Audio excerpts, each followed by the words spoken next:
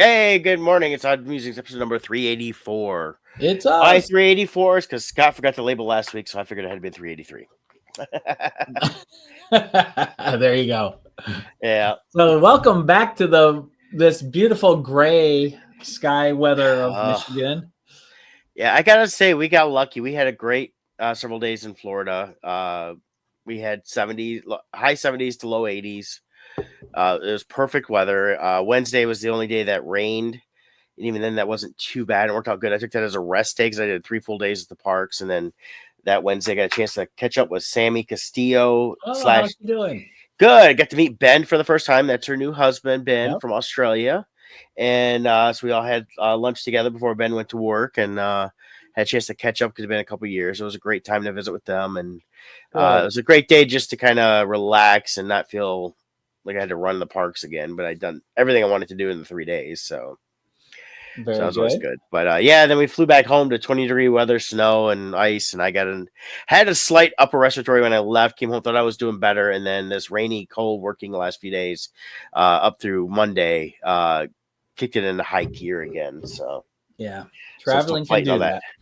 Well, it's more the weather here that really kicked it worse. So I've got a cough is starting to finally wane a little bit, still there.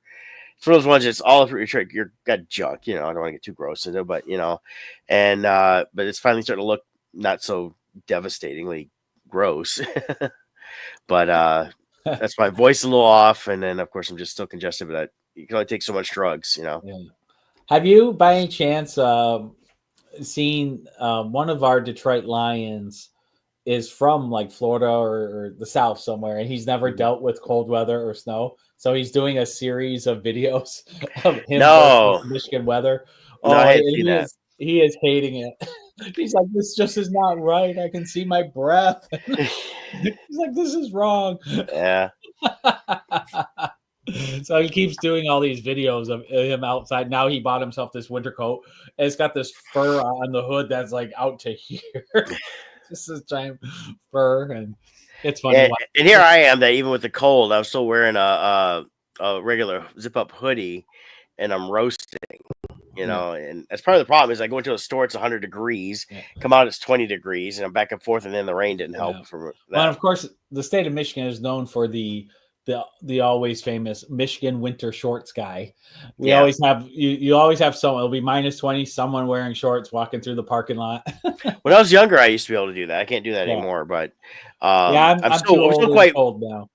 Still quite warm, but I do chill a little bit. And plus, it's like, but I do see a lot of those guys, and wearing a t-shirt, shorts, and it's been 20 degrees, and they're just running to the store, running out. But it goes. Those guys aren't outside. Right. For a long time doing that. And that's what I was. I had to do that in college because you go up to the classrooms. I'd have a hoodie to wear, either pull over or zip up, but classrooms were like 100 degrees too. It was ridiculous. I couldn't sit in there and just regular. And I see people so bundled up like they're freezing. I'm going, God, it's got to be like 90 here at least. I mean, sweat's just pouring down. I'm like, what the hell is wrong with this? And so, but yeah, that's kind of where I am on all that stuff there. But of course, gotta have your baggie of crap for winter. So I got all that. So fun. Well, you know what else is fun? No. Real estate. Never fun. I'll give a quick real estate shout out here. We're at the end of the year, but everyone's got goals for 2025. Things are projected to be looking up. So what does that mean though? Depending who you are, that could be good or it could be bad. The seller's market is not going to be. Is projected not to be like it was these last few years, which is actually healthy for the economy. But if you're a seller, it means you got to stop expecting. You're not, gone are the days of you list your house on Friday, get 50 showings in one day, 42 offers the next day, and you have it sold 100,000 above asking. Those days are probably gone. So, but it's good if you're looking to buy houses because we're expecting more inventory to be hitting the market. Things are going to be transitioning there. And then we'll see what happens with interest rates as well. So give us a call, 586-232-5144. Jill and I are here. Take care of you. Even if you're just contemplating, is making a move right for you this next year. We can go through your house, give you some pointers as to what things, if you're looking to maybe sell 3 to 6 months from now, you got plenty of time for us to give you the pointers and do what you can in the meantime to put yourself in the best position, whether prepping your house to sell or how to improve your credit and other things for on the buy side.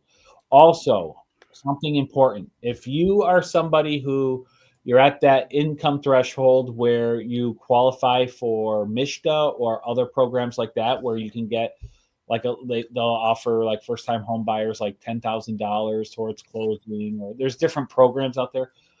If you're at the upper end of that threshold, uh, and if you get made more money this year than last year on your taxes, then you may have to hurry up and do something before you file your taxes. I've had it where people are relying on that assistance money to buy a house, and then they took too long to find a house. Then they filed their taxes in April, and what do you know? That company bonus you got put you just over the income threshold, and now you don't qualify for the assistance, and now they don't have enough to buy a house. So if you're looking for that kind of money in your closings, give us a call now, because we can evaluate your situation, hook you up with a mortgage lender so that they can tell you like, hey, you're going to need to do something before you file your taxes, or it might be the opposite where it's like, well, once you file your taxes, you're going to qualify for this now.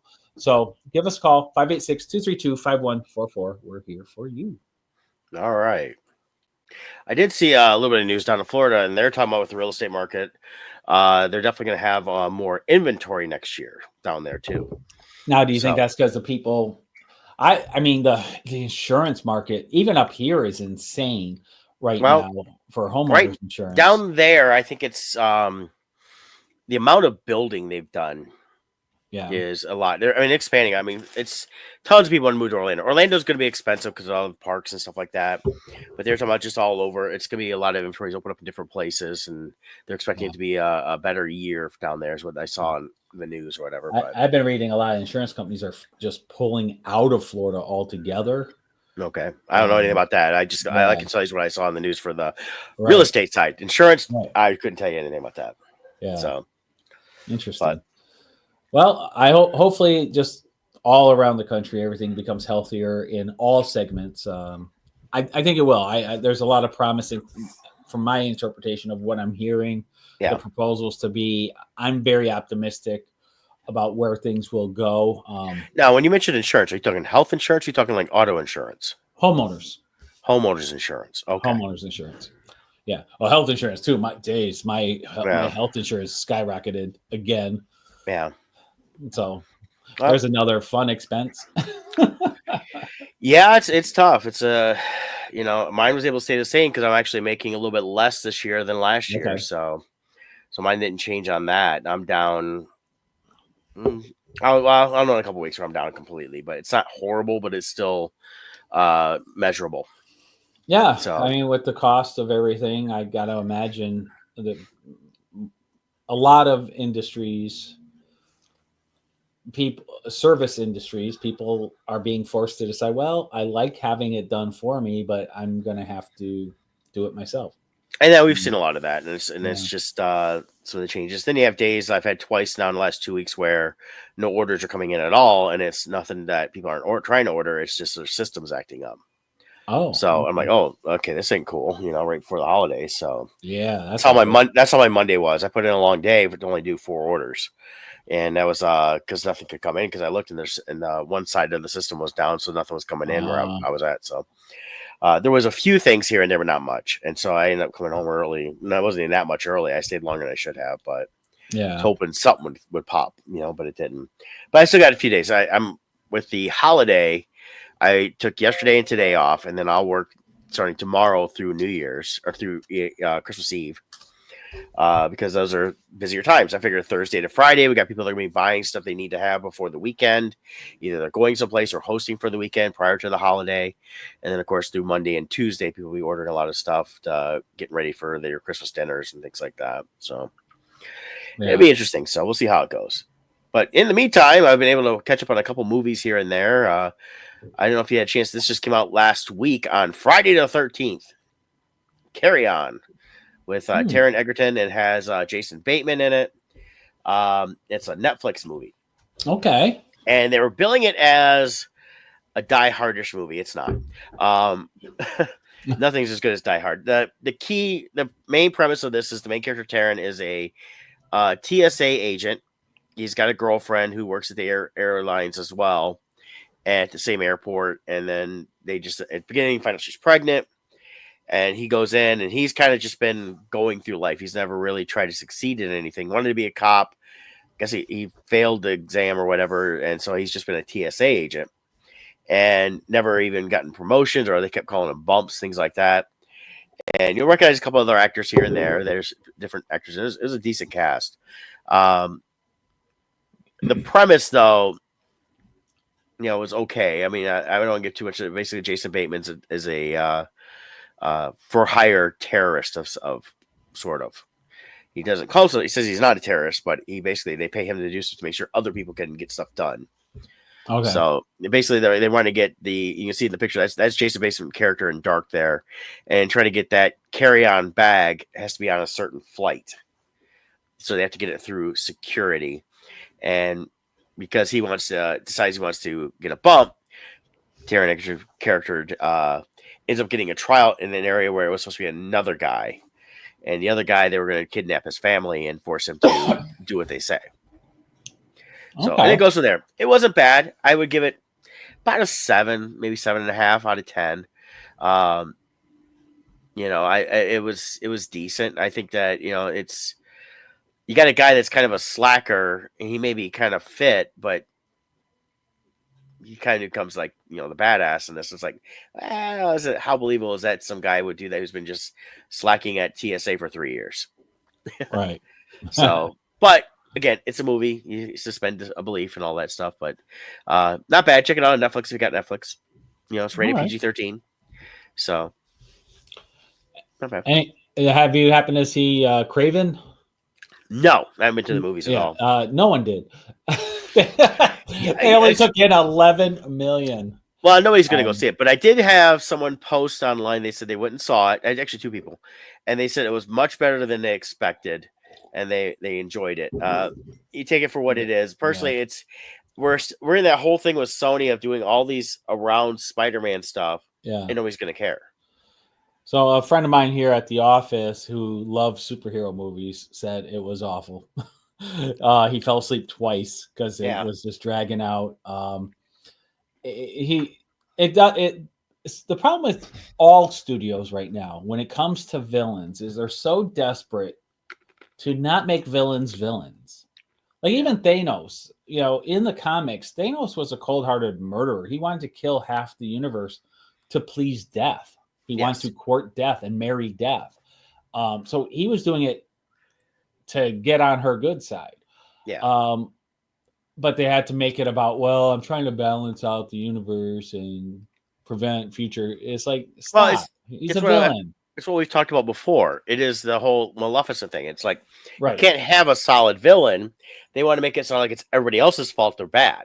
Right. Which is how they try to, and that's how they talk about people in real life. Right. We've got a lot of that going on right now. And Craven is a villain.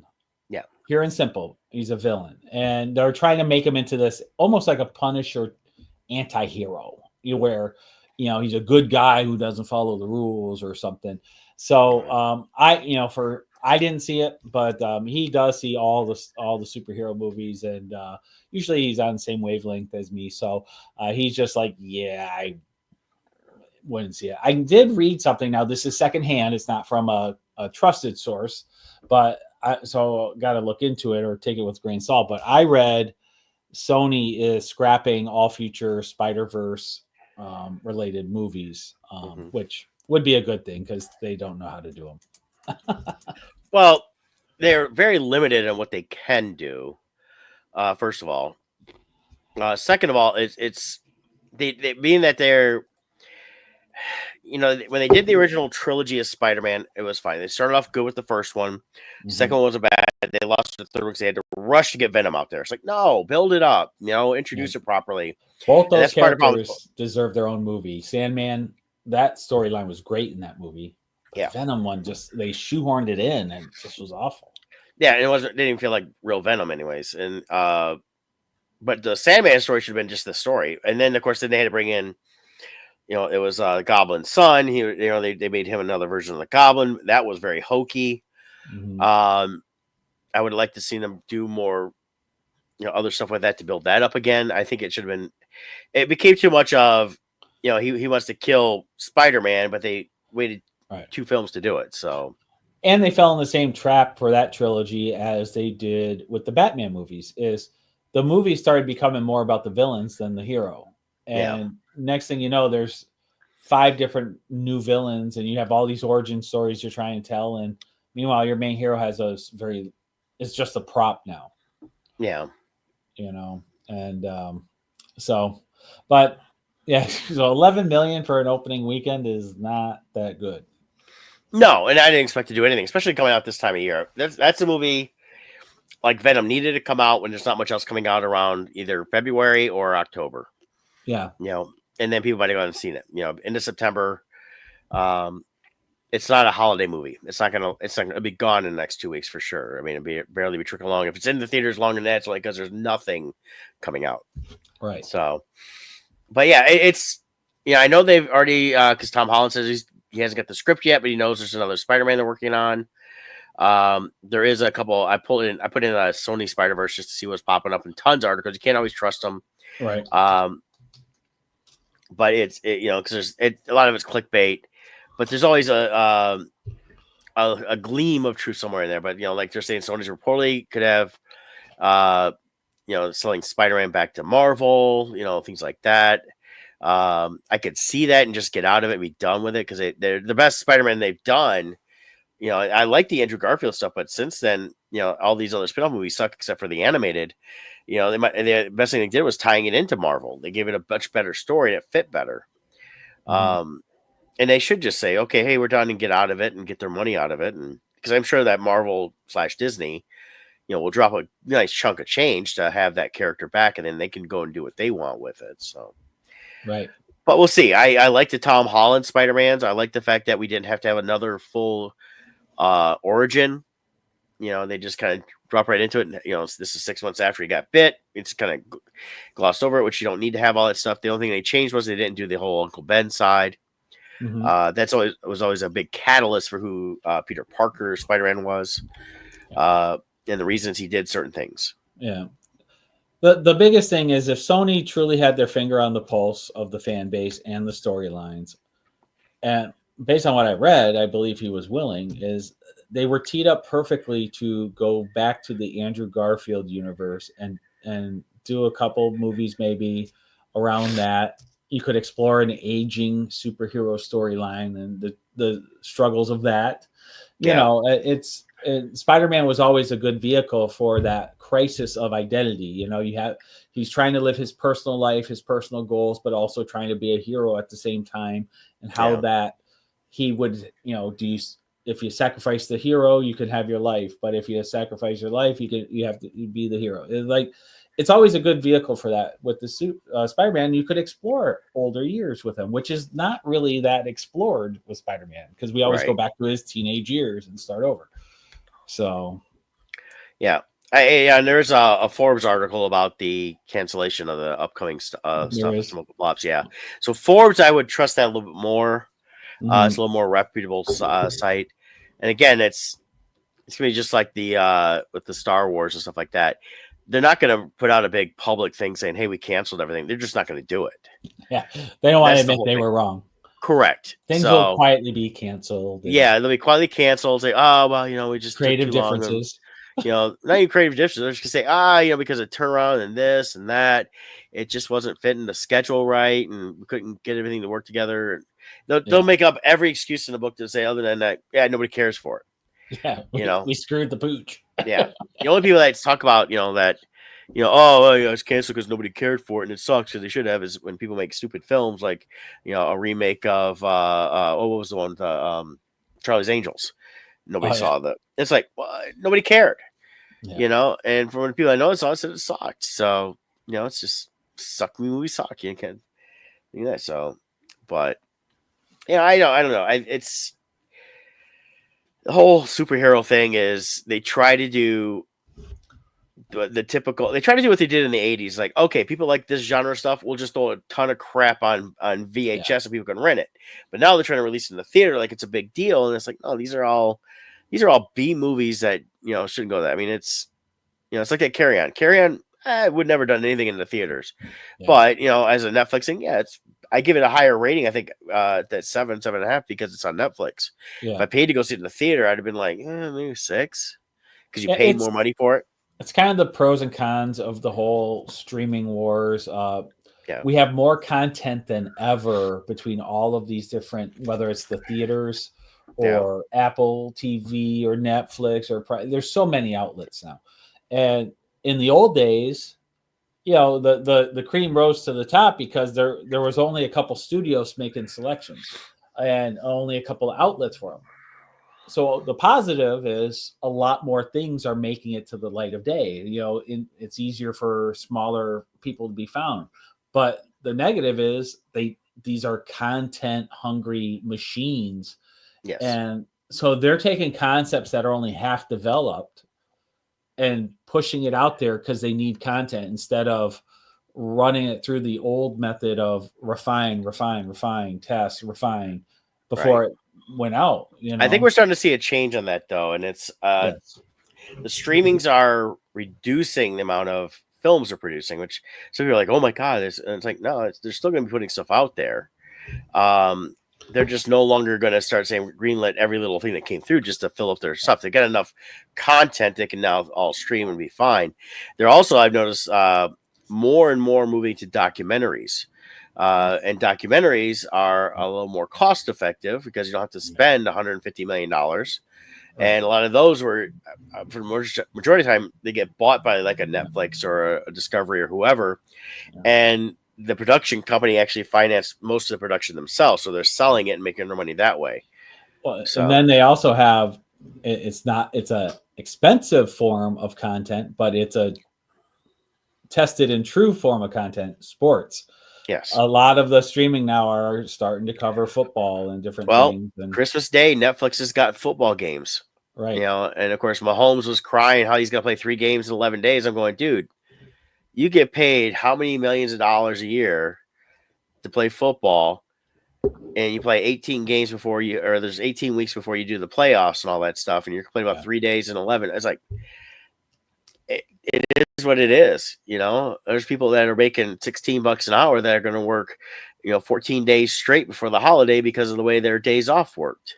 Yep. We all put in what we put in. I mean, I understand it's a physical, thing and it's tough, but a lot of teams are doing it. I mean, we've watched the Lions do that in the last couple of weeks. They played a lot of games really quick, and they lost this past weekend. And it's funny as the national media wants to slam them, but but I paid attention to that game and I did catch the second half. I listened to it on the first half while I was working, but they weren't all there, and they admit it. They admit their mistakes, which is what I love. But even with that, they still that last 2 minutes, they didn't give up. And they got someone in one of the media, like Romo or one of them dumbasses, said something like, same old Lions. I'm like, no, same old Lions would have quit with 8 minutes left in the fourth quarter.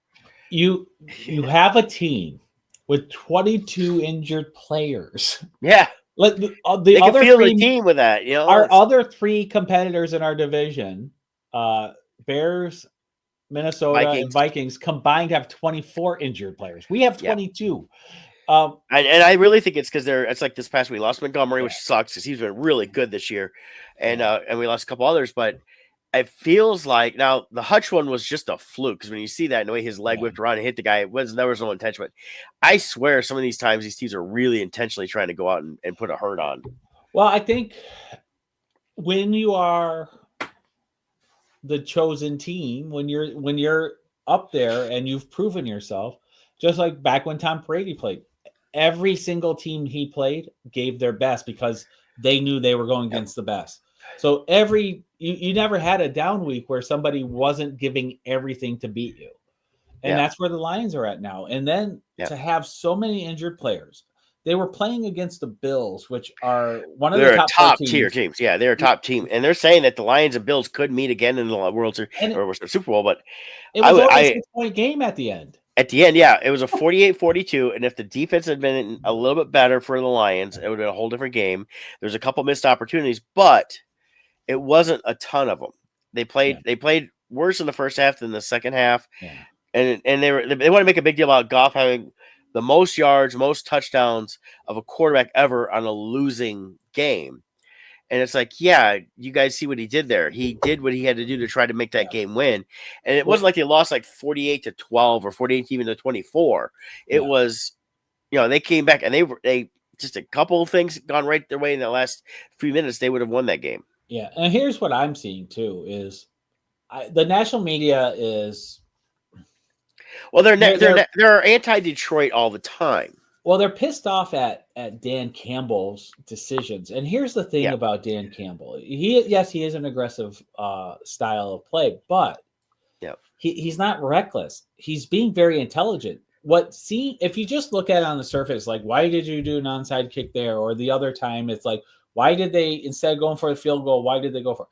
He knows his team and yeah. we people, if you're not in this area, you might not realize this. The Detroit Lions are on their fifth and sixth string players for defense. We're signing people from our practice squad, people who've been gone for 2 years. But they brought people from other teams. They've been really Yeah, doing a great job. And the thing is, though, is yeah. that But he knows this, so he's doing plays that Camp. they might be risky, but he knows what his team can Well, do. the thing with like his defense stuff like that too is with these other players bringing the brilliance of Campbell is he watches these guys knowing that anything can happen because he was a player Yeah, and he's been through all this and he's seen this and he knows that injuries happen and especially after Hutch it was like okay they went after Gut Smith they had to go get these other guys they brought a couple guys in and say hey we're putting you on the practice squad but you may see some time as we're getting close to the end of the season here so they're not yeah, just practice guys but they were coming from other practice squads but they would fit what he wants to build and even he said though yeah we didn't play right there's things we made mistakes and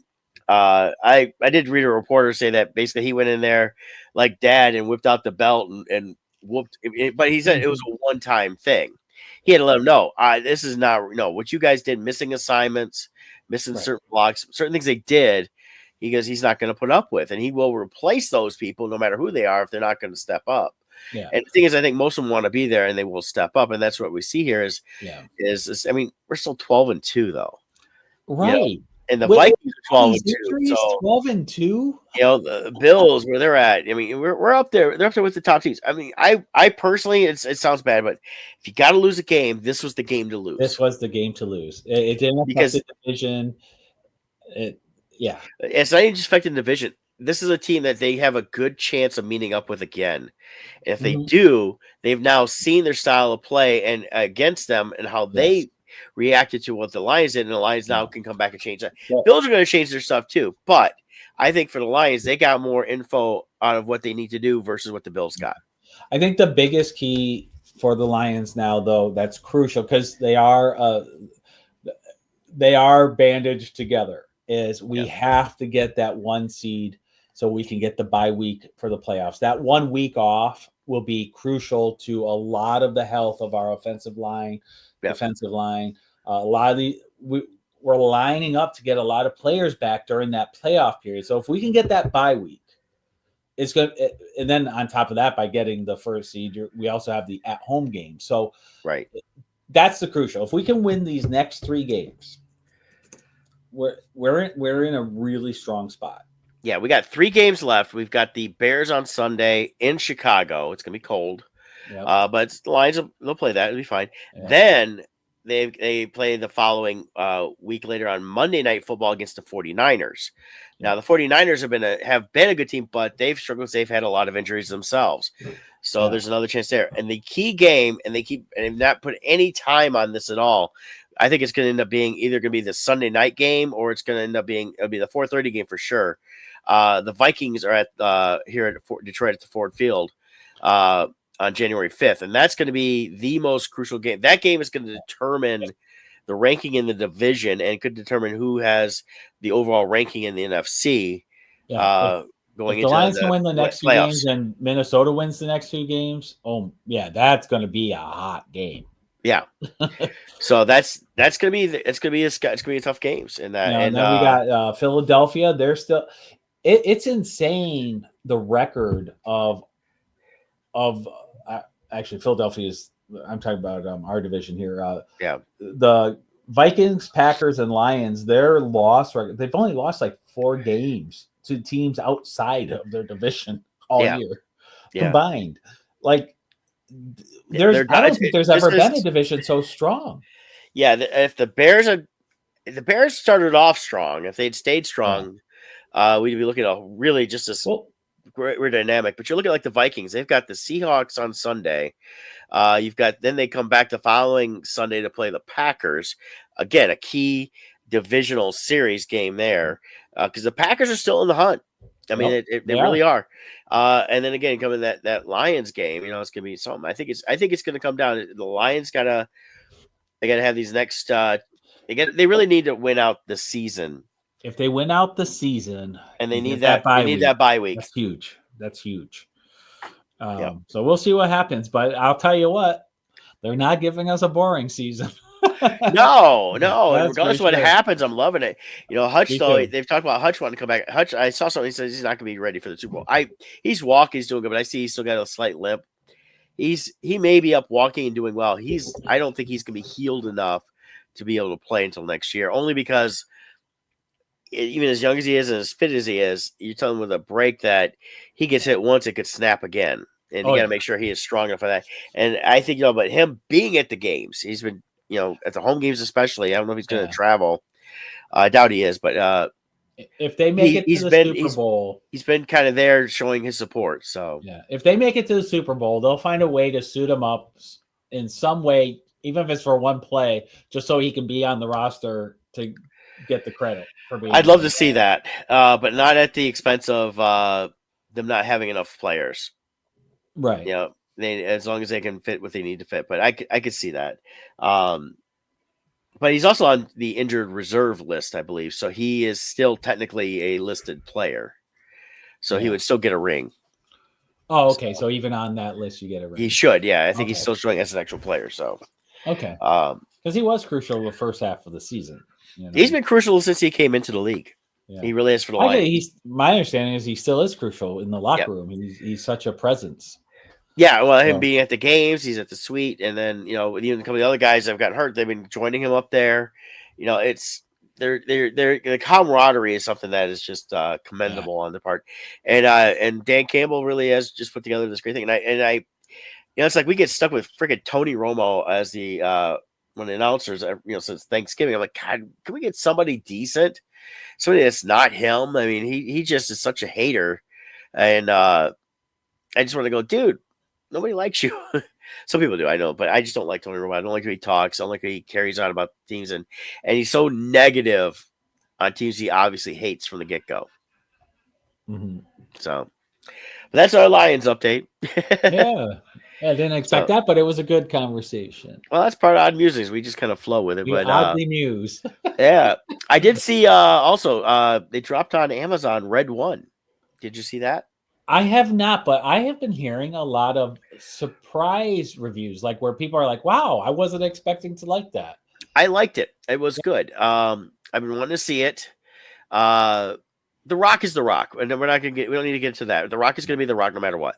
Chris Evans was great in this. I like J.K. Simmons a lot. I always have. He's a fellow Detroiter too, and big Detroit Tigers fan. He was the coach in For Love of the Game. He was the manager of the team. Which was great to see a Detroiter do that. He's done a ton of great stuff, and he's an actor that has come out talking about, maybe people know who I am, maybe they don't, but he's a hardworking actor who's worked for many years now. First time I remember seeing him was on HBO and that show Oz about the prison. Yep. And that, but he was great. He was a fit. This is when they had to film this a few years ago, 2 or 3 years ago, because I remember seeing pictures of him working out.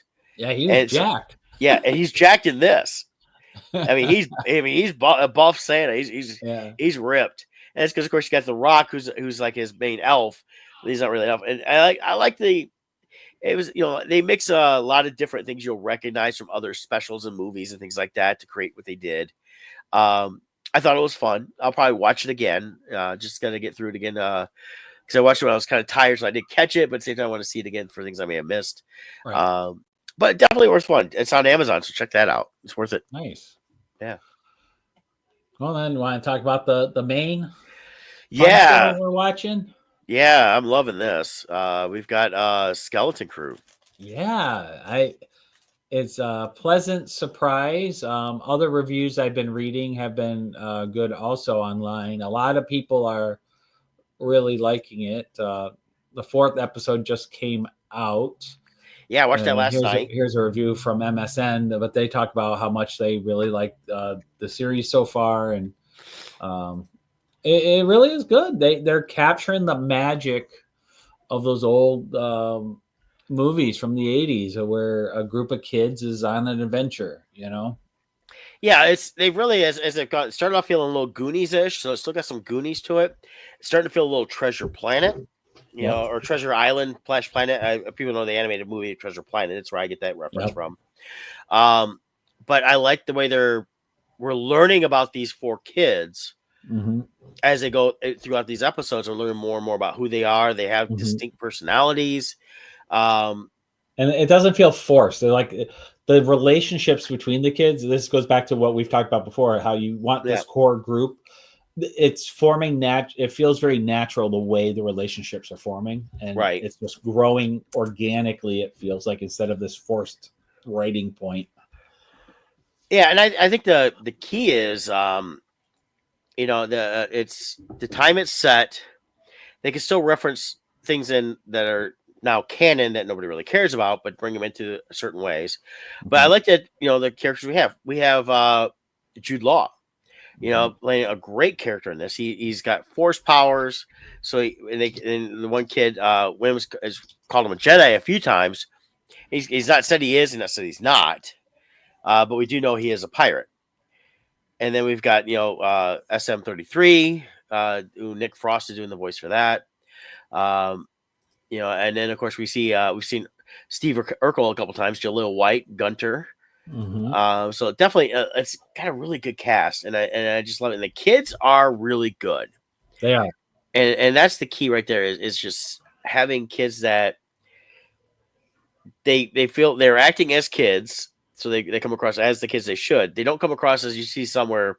It's like, what do they get? Like a bunch of Broadway kids or something like that have been overacting for years since they were like 3, and and through in. It's not, these kids are, it's natural. Everything they're doing. And then of course you look at the picture there. We've got the wolf pirate guy in the back. I love Mhm. him, like Yep. that character. I think it's cool to bring in some odd characters like that we're not used to. I think And he's then also from the old comic series. I could be wrong, but I feel like I've seen that character before. yeah, I think so. It's it's I know I've seen it somewhere. So it could have been the comics. It could Actually, have been. the original Cantina scene had a werewolf looking guy in it Yeah, too. that's true. Yeah, so they probably just brought that out. So Mhm. go from there. And then of course you look here, you see him on speeder bikes. I haven't seen that yet, but I can't wait to see that episode. Well, those were in their hometown of Atten. They were Oh, that's right. Yeah. I was thinking that this was a different bikes. scene. So I was like their version of bicycles. yeah, Yeah. yeah, because the whole planet is thing. And of course, this last episode we see a planet that's just like their planet, but it's already been devastated. It's already been destroyed by war, and they have two different groups that are fighting each other on this planet here. I feel like they've tapped into Stranger Things, and like this Yes, planet is the upside down version of their home planet. right. Like Yeah, and it's that's even the layout is exactly the same. Like, oh, there's the school, there's the tower, there's yeah. The mystery behind this whole thing is like, okay, what is this planet they came from? We Mhm. learned there's probably what 7 or 8 other planets, very similar names Yeah, that are there's only one theirs is the only that doesn't have the coordinates for in this room on the planet they were on that was devastated. So they know there's other planets out there.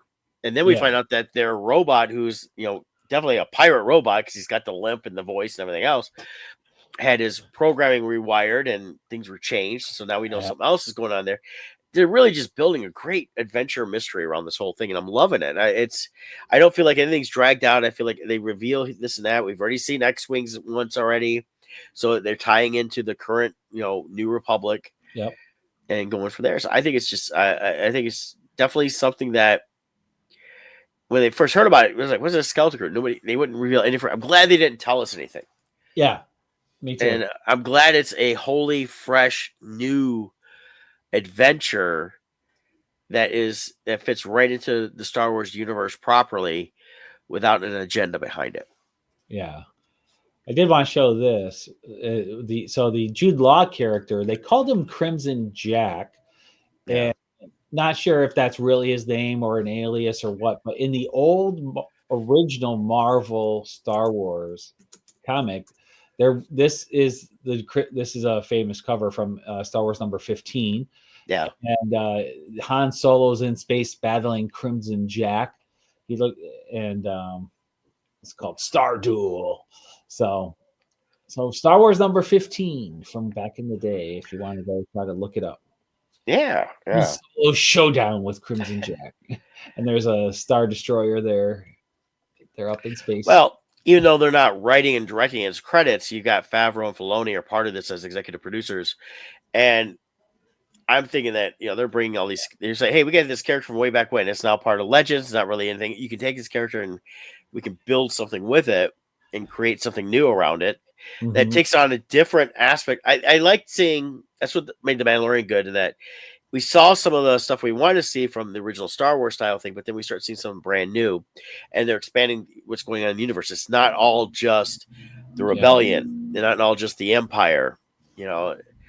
It's all about everything else that's been going on around that too. All right. So in the original way back storyline, Crimson Jack was between Star Wars: A New Hope and Empire Strikes Back. Crimson Jack robbed Han Solo and Chewbacca of their reward that they got in A New Hope.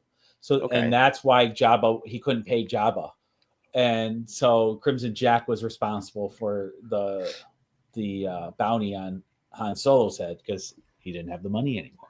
Yeah. So that's an interesting little thing, and they have a big duel out between the two, and I'm guessing Han Solo won since it's Han Solo. He's got to win. It's Han Solo. He shoots first. Well, and the thing is too with Jude Law's character, he's Crimson Jack. He's Jad Nawood. He's also been called Captain Silvo, which that's why I like in the Captain Silver from like Treasure Island style, good Long John Silver. So I said there's that whole. They've really brought a lot of great stuff into this to really create this character that I'm really beginning to like more and more every week. And he's kind of a chaotic neutral in a lot of ways. He's not bad, he's not good, but he does have ethics. So he's looking out for himself. Yeah, but if he can still come out on top, he will help others along the way. Right, kind of character. Yeah. So we got, I think, 4 more episodes of this. Yeah, it's really good. So they're going to be, they're heading towards where they're going to wrap up this. I'm kind of hoping it becomes something more than just a 1 season thing. I could see this being a lot more. So, but yeah, I was surprised how good I'm glad it's what we needed Star Wars wise, was something good.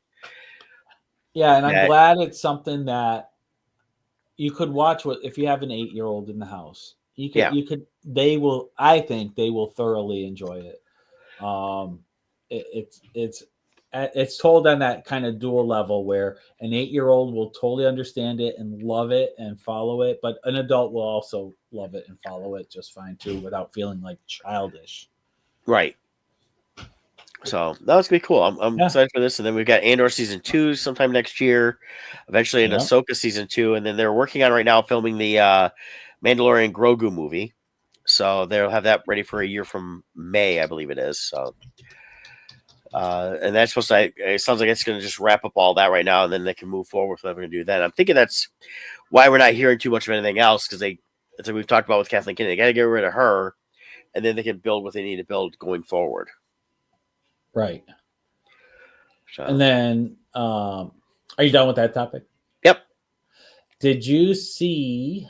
I'm trying to see. Here we go. I think this is it. Is that? There is a big release coming out tomorrow. The Superman teaser trailer comes out tomorrow. So they have a teaser of the teaser. Okay. But tomorrow it launches, so I'll play the teaser. All right. Come on. Oh, here it is. Wrong one. Here we go.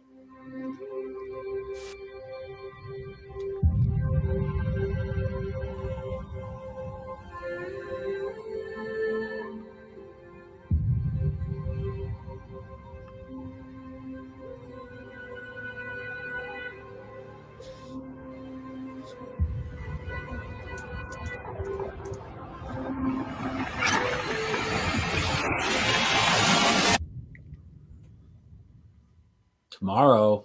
There we go. All The right. teaser of the teaser. But I like they're using the classic Superman theme in there being hummed in the background, kind of overlaying. Yep. It kind of gave me goosebumps.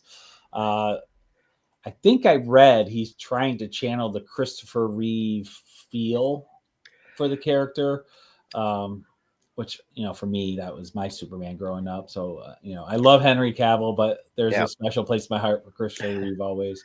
So, well, Christopher Reeve to this day is still Superman to almost everybody. And while Cavill was good, I liked him. His was a little bit different. Nobody will. It'd be very difficult to ever eclipse Christopher Reeve, and and I don't think anybody's going to try to. But if they can bring about the essence, yeah. To be fair to Cavill too, though, if he had the writers that Christopher Reeve had writing his character, I think Cavill could have done it.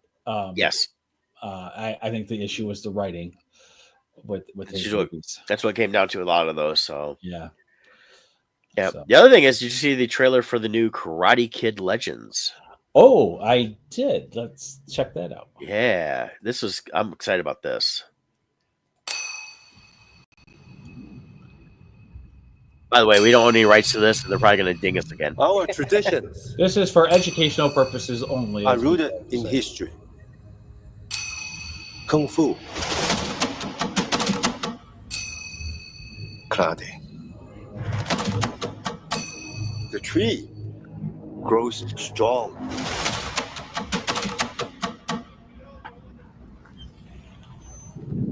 You knew Mr. Miyagi? I did not come looking for Sensei Miyagi. I came looking for you.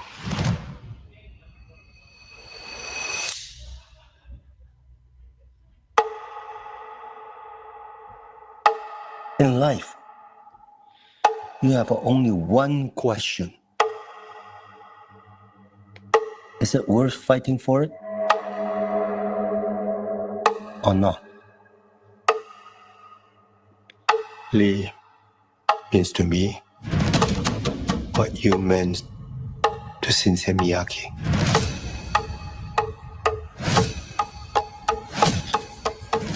I'm doing this for all of us. Whatever it takes.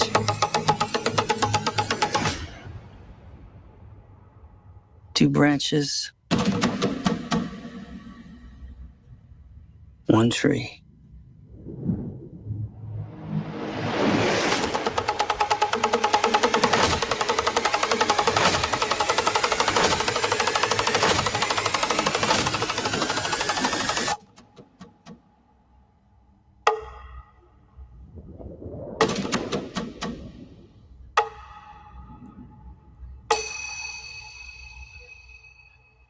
Looks cool. Yeah, we still got a couple episodes of the Cobra Kai still to drop that'll finish off their series. Yeah. And it sounds like those last few will tie into the movie a little bit. So this is a sequel to Cobra Kai and the Jackie Chan and the original Karate Kid movies. Yeah. So they really bridged all those together. Looks like they were doing a good job with that. Who's the other one that I'm forgetting her name. Female actress who was also in the franchise. Hilary Swank. Yep. So it'd be cool if they found a way to bring her back. I read before she said she'd be willing to. Yeah, I think she was willing to come in for Cobra Kai, and they didn't really do anything with that. And I think part of it was because that didn't involve any of the main principals from the original movies. So it didn't have Kreese, didn't have Daniel or even Johnny Lawrence, stuff like that. So to bring them in and be like, oh, I knew Miyagi when you were gone, not around. So right, we do need Johnny to be in this movie though. It's funny. He's not shown. I haven't seen anything. It'd be neat if he does make an appearance, but they're really dealing with just the Daniel character. And The other thing I read is Ralph Macchio in this movie is actually older than Miyagi was. Pat, oh God, Morita? yeah, Pat Morita. Pat Morita was in the first Karate Kid movie. Yeah, because Pat Morita was born in 1932, so he would have been 52 or 53 when they made that movie, and Ralph Macchio's like 61 now. Because I thought he was 52 or 53 when he did Happy Days way back when. Well, he had a little bit of the gray then, so he was in his 40s. Yeah, and that stuff. So I'll tell you, Pat Morita's. I wish you could still be around him. He'd be in his 90s, and that he was really cool. I see this video pop up all the time. Have you seen? I don't know if you've seen it, where he was being interviewed, and he was he'd been a comedian for many years, and he was kind of making it. And this is around time, I think, just before he got Happy Days, or around that time. And he was buying a house, but he was short like $3,500. And he went to Red Fox, who was a good friend of his, and he does a good Red Fox imitation. I won't even try to do that. And he talks about it, and I love that because it sounds like the kind of person Red Fox was when you hear from other comedians that I've seen interviews with, like the guy that played Aunt Esther was actually a childhood friend of his, and he helped her out immensely over the years with gigs and things like that, and then bring it on the show. And but he goes, well, I don't have that kind of pocket change on me. I'm like, this is back in the 70s, and so he goes, gets his checkbook, and he goes, I don't want to hear nothing about no loan or nothing else. He goes, you pay it for it, and Pat Rich, and I've done that many, many times since. And it's nice to hear those kind of stories come out of Hollywood when people talk about, we helped these other guys, these other people up and coming, never struggling, get where they needed to be at times. So. But it'd be neat if Pat Morita was still around with all the resurgence of the Karate Kid and everything else, because that is the most beloved character of his that people really like, right? Stuff like that. So, but I'm excited for it. I think it looks really good. It does look good. Well, hopefully we'll have a lot of good movies in this upcoming year. Well, the last one was not that memorable of a year for movies. Yeah, it's I haven't really looked at everything coming out over the next year. It's hard to Google that stuff because they want to list every single thing that's coming out, even if it's not going to be on that. But I'm maybe when we do our return episode. Yeah, in January we'll talk about all those movies. But we got a new Superman movie. We've got a new Captain America. I know there's another Avatar coming out, and it's just I don't really care because I saw the other one on Disney Plus, and I was bored to tears.